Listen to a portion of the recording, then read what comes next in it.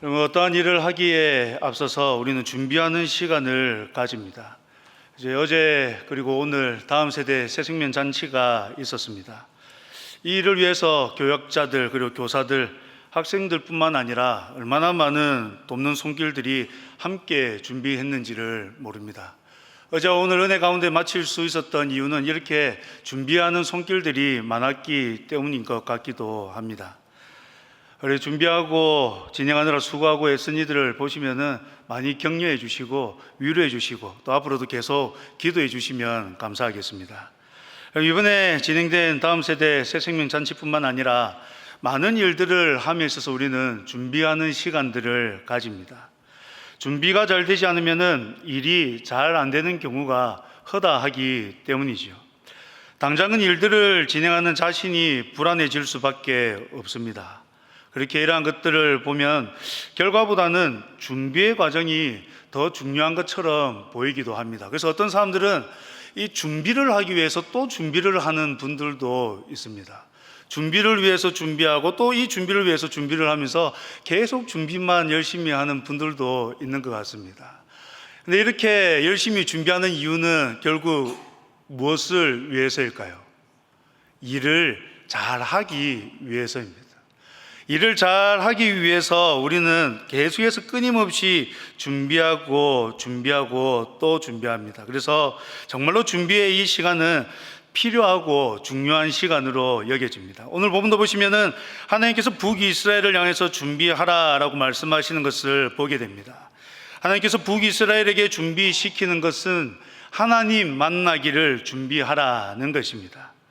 여러분, 만약에 하나님께서 여러분들에게 나를 만나기를 준비하라라고 하신다면 어떤 기분이 드시겠습니까?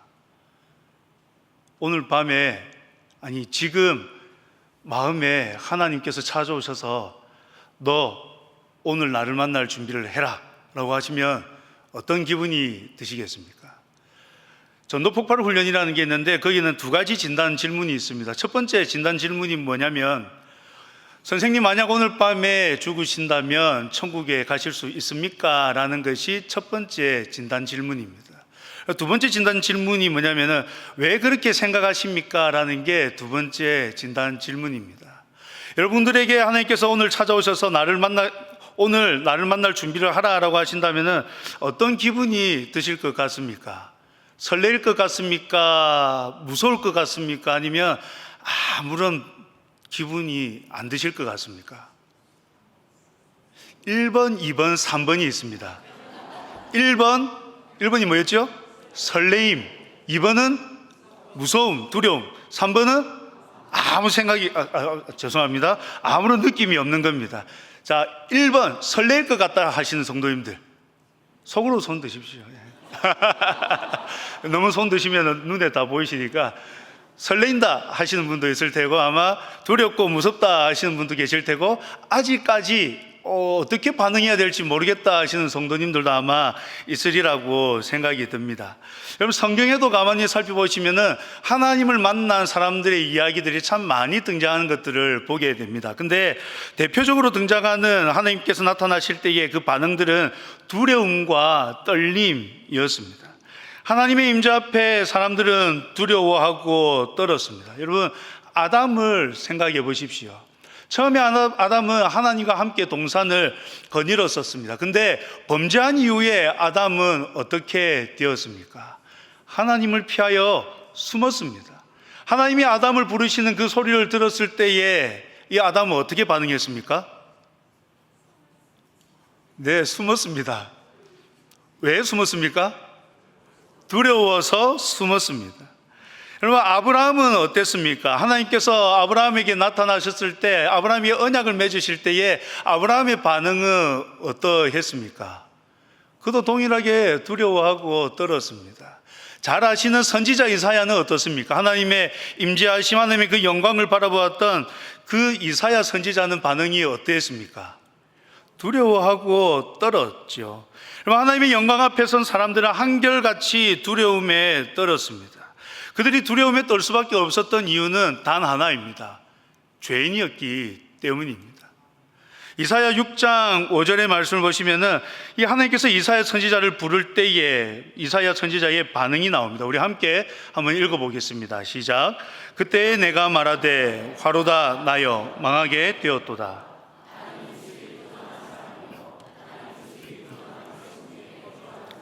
만군의 여호와이신 왕을 베었음이로다 하였더라.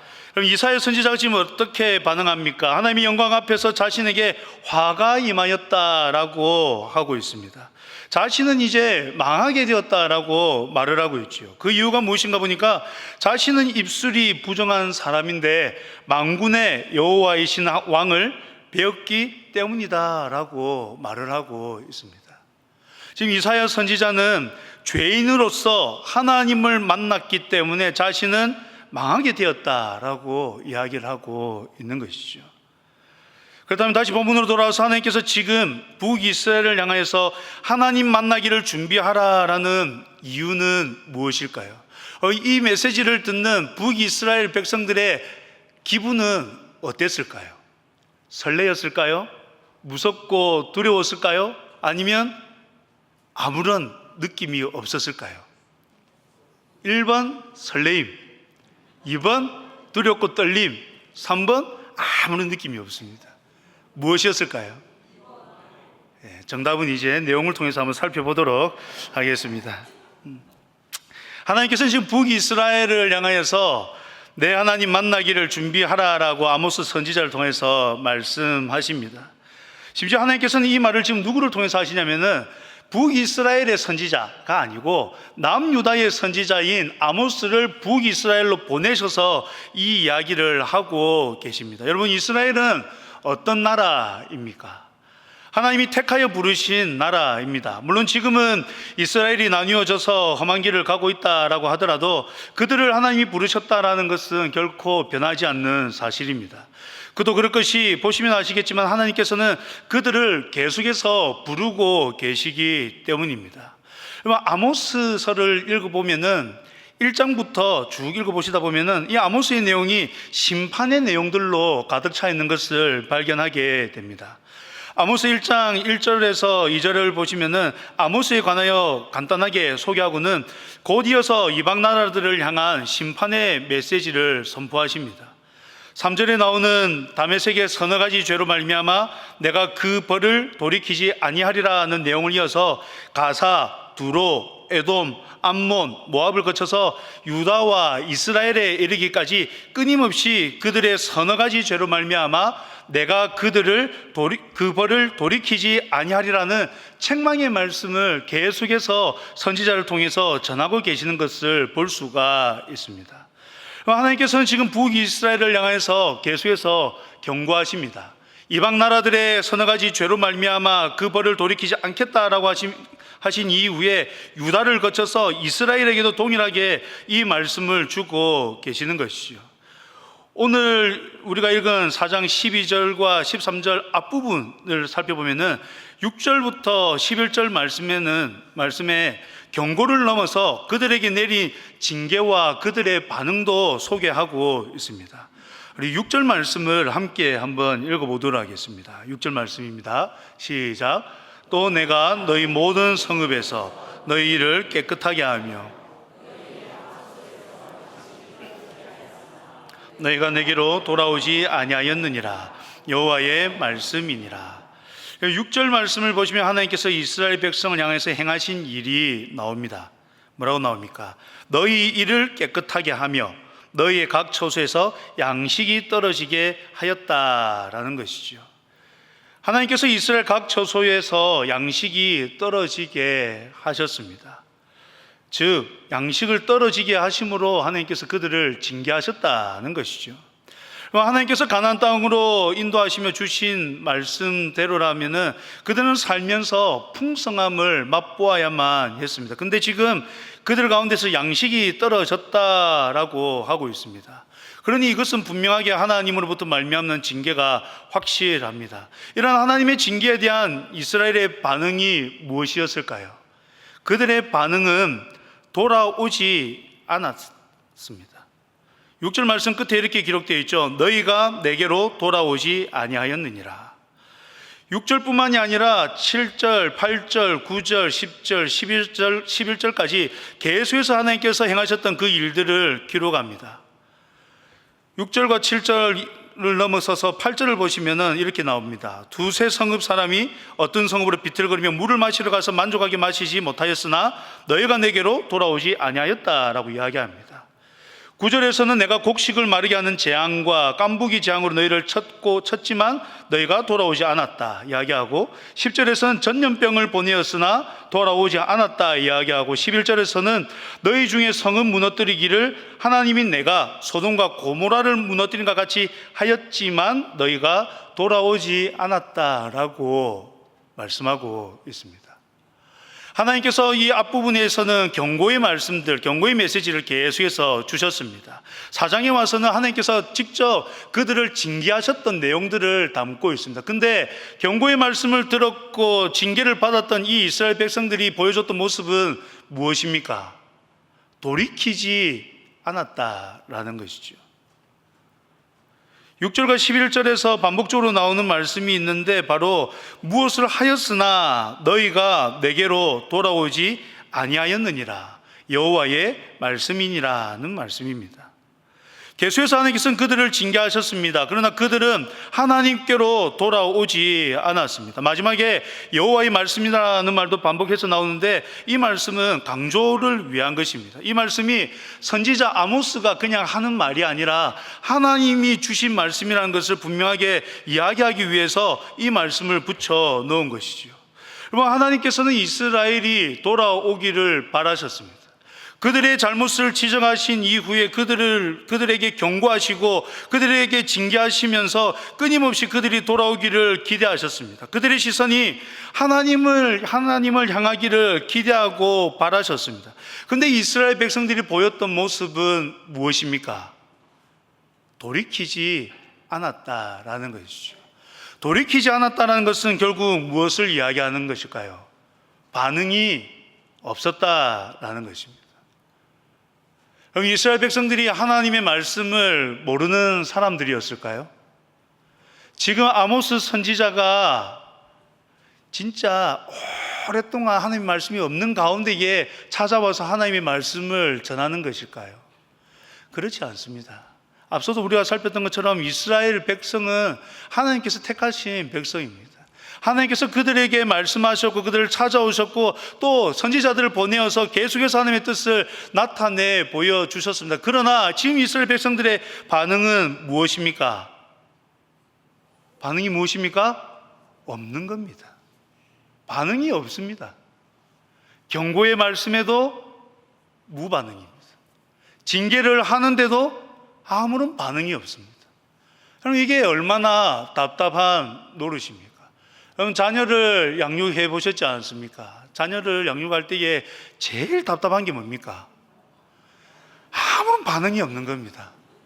어젯밤에 제가 집에 들어갔는데 이미 뭔가 애가 골이 났습니다. 아빠를 보는데 반응이 없습니다. 몇 번을 말을 하는데 반응을 안 합니다. 묻고 묻는데 반응을 안 합니다. 제가 속이 어땠겠습니까? 답답해가지고 자칫 잘못했으면 그 골이 나 있는 애한테 오히려 저도 화를 낼 뻔했습니다. 다행히 저는 어른인지라 마음을 잘 다스려가지고 화를 내진 않았는데, 여러분, 반응이 없는 것이야말로 정말로 답답한 노릇이지 않습니까? 하나님께서 이스라엘 백성들을 향하여서 끊임없이 말씀하셨습니다. 징계하시면서까지 그들이 돌이키기를 바라셨습니다. 근데 지금 그들이 어떻게 지금 반응하고 있습니까? 무반응으로 반응을 하고 있는 것입니다. 이러한 이스라엘의 모습을 보면 너무 안타깝습니다. 근데 여러분, 우리는 어떨까요? 지금 이스라엘 백성들의 이 모습을 보면 참 안타까운데, 여러분, 우리는 과연 어떨까요? 이스라엘 백성들을 바라보면 아니, 어떻게 하나님이 저렇게까지 말씀을 하시는데 이렇게 반응이 없을 수 있을까 싶습니다. 아니, 어떻게 하나님께서 이렇게 직접적으로 징계를 하시는데도 불구하고 어떻게 이렇게 반응이 없을 수 있나 싶습니다. 근데 여러분, 남의 일은 참 대답하기 좋고 남의 일은 참 판단하기 좋습니다. 근데 여러분, 어떻습니까? 우리의 삶을 한번 생각해 보십시오. 우리는 하나님의 살아계심을 분명하게 믿고 있죠. 우리는 분명하게 하나님의 살아계심을 믿고 있습니다. 그렇다면 사랑하는 성도 여러분, 하나님께서 지금도 우리와 함께 하시며 우리를 인도하고 계심은 믿고 계십니까?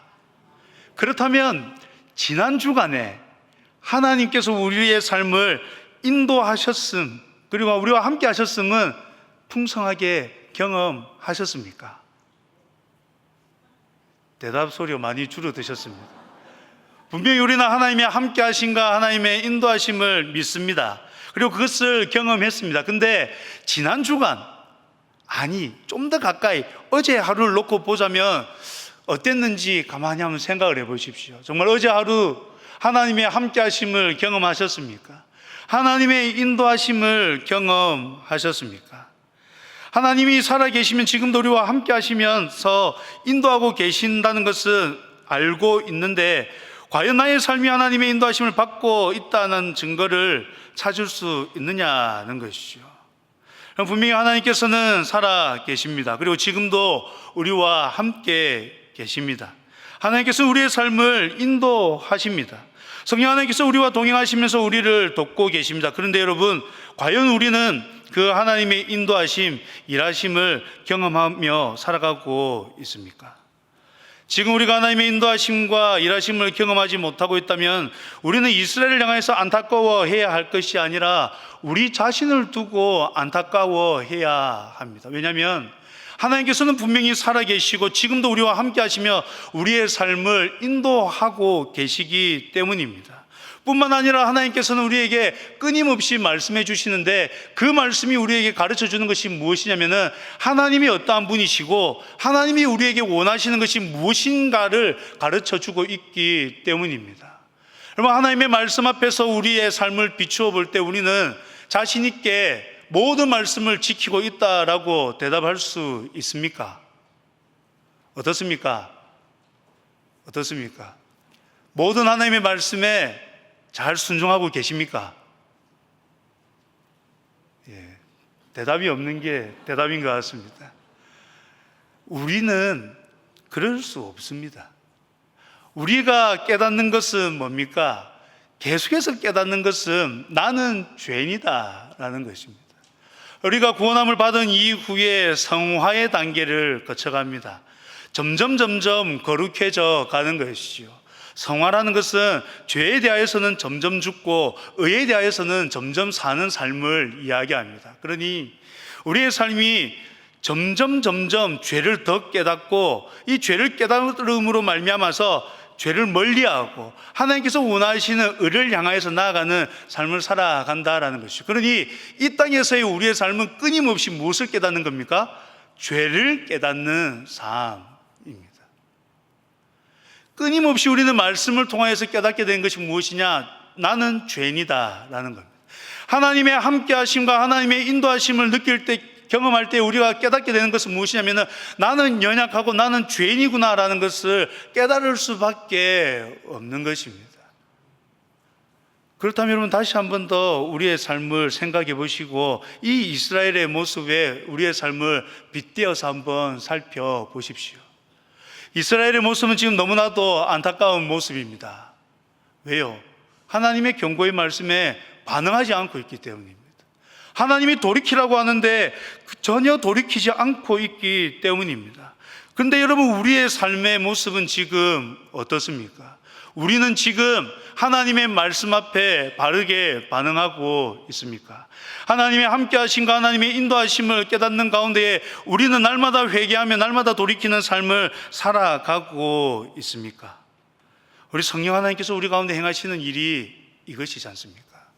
말씀이 기억나게 하는 것, 말씀으로 말미암아서 나의 삶을 돌아보게 하는 것이 우리 성령님이 우리 가운데 행하시는 일이지 않습니까? 그런데 여러분, 우리는 지금 어떻습니까? 이스라엘의 이 모습을 바라보면서 안타까워해야 할 것이 아니라 우리의 삶을 돌아보면서 안타까워해야 되는 것이죠. 지금 하나님께서는 북이스라엘을 향해서 내 하나님 만나기를 준비하라라고 말씀하고 있습니다. 여러분, 하나님을 만날 날을 우리는 준비하며 살아가야 됩니다. 우리에게도 하나님을 만날 날이 있습니다. 우리 예수님이 재림하시는 그 날이 우리는 하나님을 만나는 날이지요. 근데 그 날만이 하나님을 만날 날이 아닙니다. 우리가 이 땅에서의 시간을 마치는 그때가 하나님을 만나는 날입니다. 그렇다면 우리가 이 땅에서의 시간을 마치는 때는 정해져 있을까요? 하나님의 계획 속에는 있을지 모르나 우리는 그 시간을 전혀 알 수가 없습니다. 그러기에 우리의 삶은 끊임없이 날마다 오늘이 하나님 만날 날일까를 생각하면서 우리의 삶을 돌아봐야 된다는 것이죠. 우리는 끊임없이 오늘일까 생각하며 우리의 삶을 돌아보아야만 됩니다. 편안하다라고 느끼면서 그냥 그렇게 시간을 보내야 되는 것이 아니라 과연 오늘일까?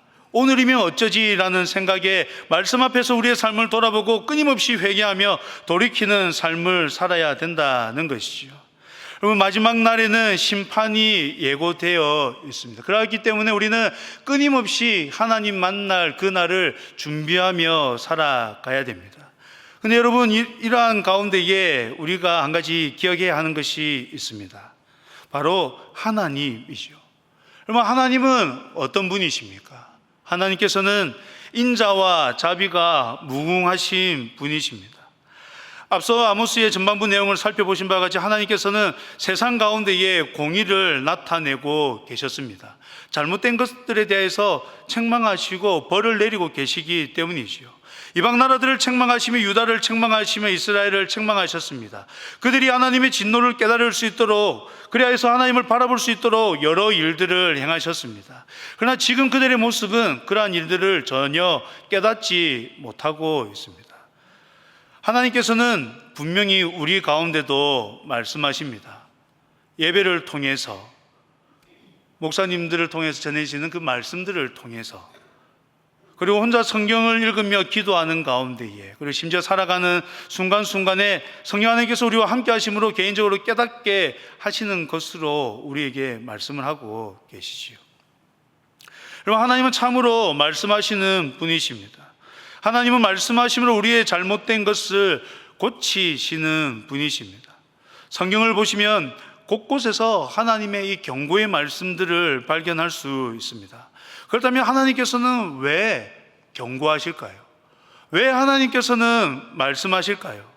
그 이유는 매우 간단합니다. 앞서도 이야기 드렸던 것처럼 돌이키도록 하기 위해서입니다. 하나님께서는 경고하시고 책망하십니다. 징계를 때로는 내리십니다. 이렇게 하시는 이유는 돌이키도록 하기 위해서입니다. 우리가 오전에 계속해서 사사기의 말씀을 살피는데, 여러분, 이스라엘 백성들의 그 모습을 가만히 생각해 보십시오. 여러분, 이스라엘 백성들은 애굽에서 하나님의 놀라운 역사하심으로 말미암아서 나왔습니다. 광야로 들어갔습니다. 약속의 땅을 향하여 가기 위해서 광야로 들어갔습니다. 광야에 들어간 이스라엘 백성들이 한 것은 무엇입니까? 불평과 불만이었습니다. 광야길 가운데 하나님께서 지키시고 보호하시고 인도하셨으나 그들의 입에서 끊임없이 나왔던 것은 불평과 불만이었습니다.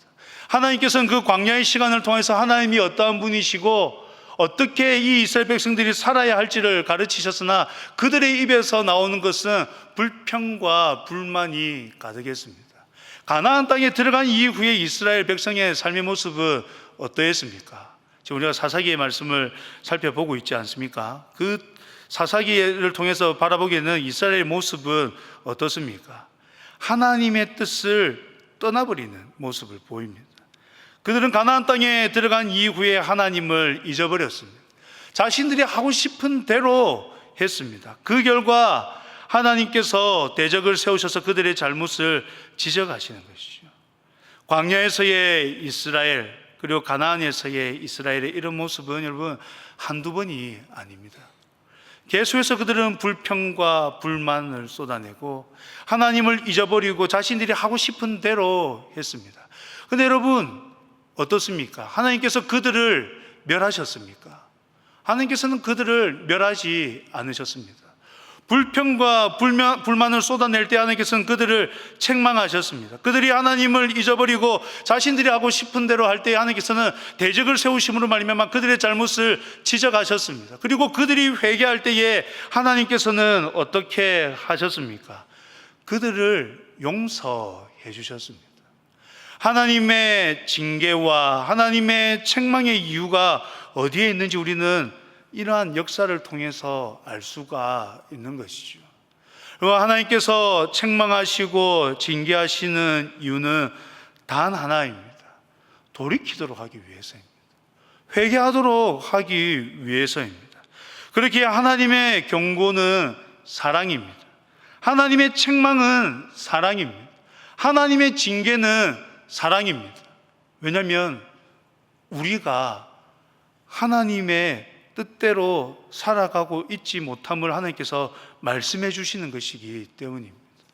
이것을 통해서 하나님께서 우리로 하여금 돌이키고 하나님과 함께 살아갈 수 있도록 하는 것이기 때문입니다. 돌이키면 하나님께서는 품어 주십니다. 여러분, 하나님은 어떤 분이십니까? 13절 끝에 이야기하고 있는 것 같이 하나님은 만군의 하나님 여호와이십니다. 13절 말씀을 보시면 이렇게 되어 있죠. 보라, 산들을 지으며 바람을 창조하며 자기 뜻을 사람에게 보이며 아침을 어둡게 하며 땅의 높은 데를 밟는 이는 그의 이름이 만군의 하나님 여호와시니라. 앞에 나오는 여러 가지 수식어를 통해서 하나님이 어떠한 분이신지를 설명하고 있습니다. 산들을 짓고 바람을 창조하고 자기 뜻을 사람에게 보이고 아침을 어둡게 하고 땅의 높은 데를 밟는 분, 그분이 만군의 하나님 여호와시다라고 이야기를 하고 있습니다. 이것이 우리에게 가르쳐 주는 것이 무엇입니까? 하나님이 참 유일한 신이시다라는 것이죠. 여러분, 하나님만이 참 유일한 신이십니다. 세상을 창조하신 하나님이 자신의 뜻을 우리 가운데 나타내시고 모든 능력을 가지고 그 말씀을 따라 다스리신다라는 것을 여기에서 보여주고 있습니다. 그러니 우리는 다른 그 무엇이 아니라 이 땅을 살아가는 동안에 끊임없이 준비해야 되는 것이 있는데, 그것이 무엇이냐면은 하나님을 만날 날을 준비해야 된다는 것입니다. 여러분, 하나님 만날 날을 준비하고 계십니까? 여러분, 하나님 만날 날을 준비하며 살아가야 됩니다. 우리에게 주어진 시간은 언제 끝날지 모릅니다. 우리에게 주어진 시간은 현재밖에 없습니다. 그리고 현재가 쌓여서 존재하는 과거밖에 없습니다. 미래의 시간은, 앞으로의 시간은 우리의 것이 아닙니다. 너무나도 우리는 다음 날 일어나는 것이 당연했기 때문에 내일의 아침도 당연하게 주어질 것이라고 생각을 하지만, 실상 내일의 아침은 우리의 것이 아닙니다. 아니, 1시간 뒤의 시간도 우리의 것이 아닙니다. 그러하게 우리는 호흡하는 모든 순간에 하나님 만날 날을 준비해야 되는 것이죠. 여러분, 하나님께서는 계속해서 우리에게 이야기하십니다. 내 하나님 만나기를 준비하라고 말이죠.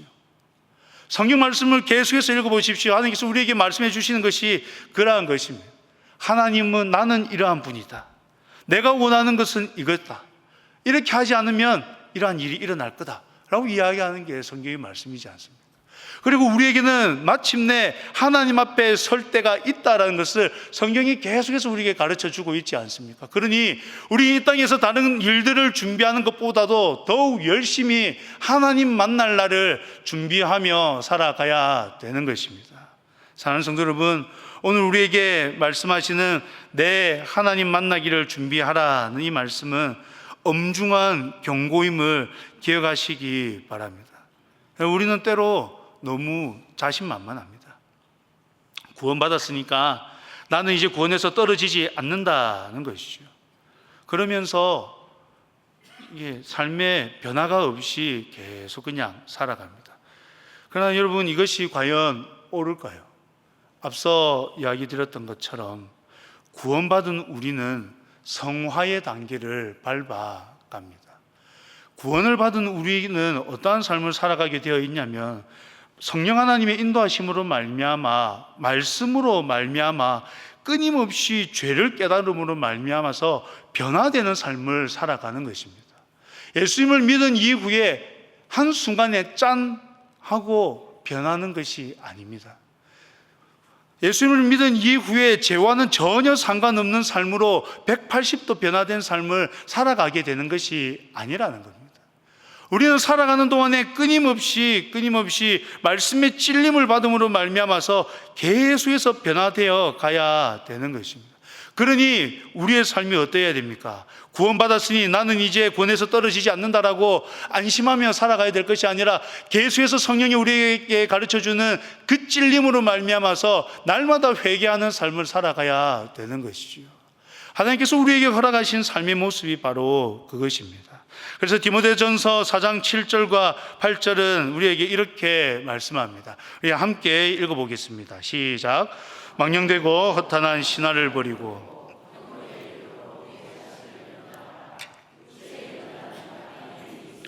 경건은 범사에 유익하니 금생과 내생에 약속이 있느니라. 그럼 무엇을 이야기하고 있습니까? 망령되고 허탄한 신화를 버리고 경건에 이르도록 내 자신을 연단하라 라고 이야기를 하고 있습니다. 야고보서 1장 27절 말씀도 우리 함께 읽어보겠습니다. 시작. 하나님 아버지 앞에서 정결하고 더러움이 없는 경건은 곧 고아와 과부를 그 환난 중에 돌보고 또 자기를 지켜 세속에 물들지 아니하는 그것이니라. 그럼 디모데전서 4장 7절과 8절에서는 경건에 이르도록 내 자신을 연단하라고 했습니다. 그리고 야고보서 1장 27절에서는 경건이, 하나님께서 원하시는 경건의 모습이 무엇인지를 우리에게 이야기해 주고 있습니다. 여러분, 우리의 삶은 이러해야 됩니다. 말씀을 통하여서 하나님의 뜻이 무엇인지를 발견하고 나를 돌아볼 뿐만이 아니라 이웃도 돌아보아야 되는 것이죠. 이것이 하나님을 만날 그날을 준비하는 성도의 삶의 모습입니다. 내 자신을 돌아볼 뿐만 아니라 이웃을 돌아보는 것, 그것이 성도의 삶의 모습이라는 겁니다. 사랑하는 성도 여러분, 오늘 하루는 어떠셨습니까? 오늘 하루는 평안하셨습니까? 예배를 드릴 때에, 말씀을 들을 때에 여러분 혹 찔림이 있지는 않으셨습니까? 바라기는 거룩한 찔림이 우리 성도님들 가운데에 많기를 바랍니다. 하나님의 말씀이 우리를 위로합니다. 하나님의 말씀이 우리에게 힘을 줍니다. 그러나 하나님의 말씀은 우리를 찌릅니다. 왜요? 우리가 영화의 단계에 이르지 못하였기 때문입니다. 우리가 완전한 의인이 되지 못하였기 때문입니다. 우리는 여전히 죄된 본성을 가지고 이 땅을 살아가고 있기 때문에 그런 것이지요. 그래서 우리 울산교회 모든 성도님들이 정말로 말씀이 주는 찔림이 가득했으면 좋겠습니다.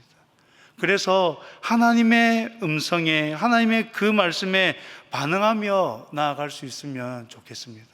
그래서 우리 울산교회 모든 성도님들이 하나님 만날 날을 준비함으로 말미암아 정말로 하나님께서 원하시는 그러한 모습으로 발견되었으면 좋겠습니다. 사랑하는 성도 여러분, 우리는 정말로 하나님 만날 날을 준비하며 살아가야 됩니다. 우리에게 주어진 시간이 얼마일지 우리는 모릅니다. 그러하기에 우리는 끊임없이 계속해서 하나님 만날 그날을 준비해야 됩니다. 더욱 말씀을 가까이 하시고 기도하시고 성령의 인도하심을 받는 가운데에 정말로 하나님 만날 날을 잘 준비하셔서 하나님을 만났을 때에 정말로 하나님께서 씌워주시는 그 영광의 면류관을 모두 다 쓰고 하나님을 예배하게 되시는 우리 모든 울산교회의 성도님들이 되시기를 간절히 소망합니다.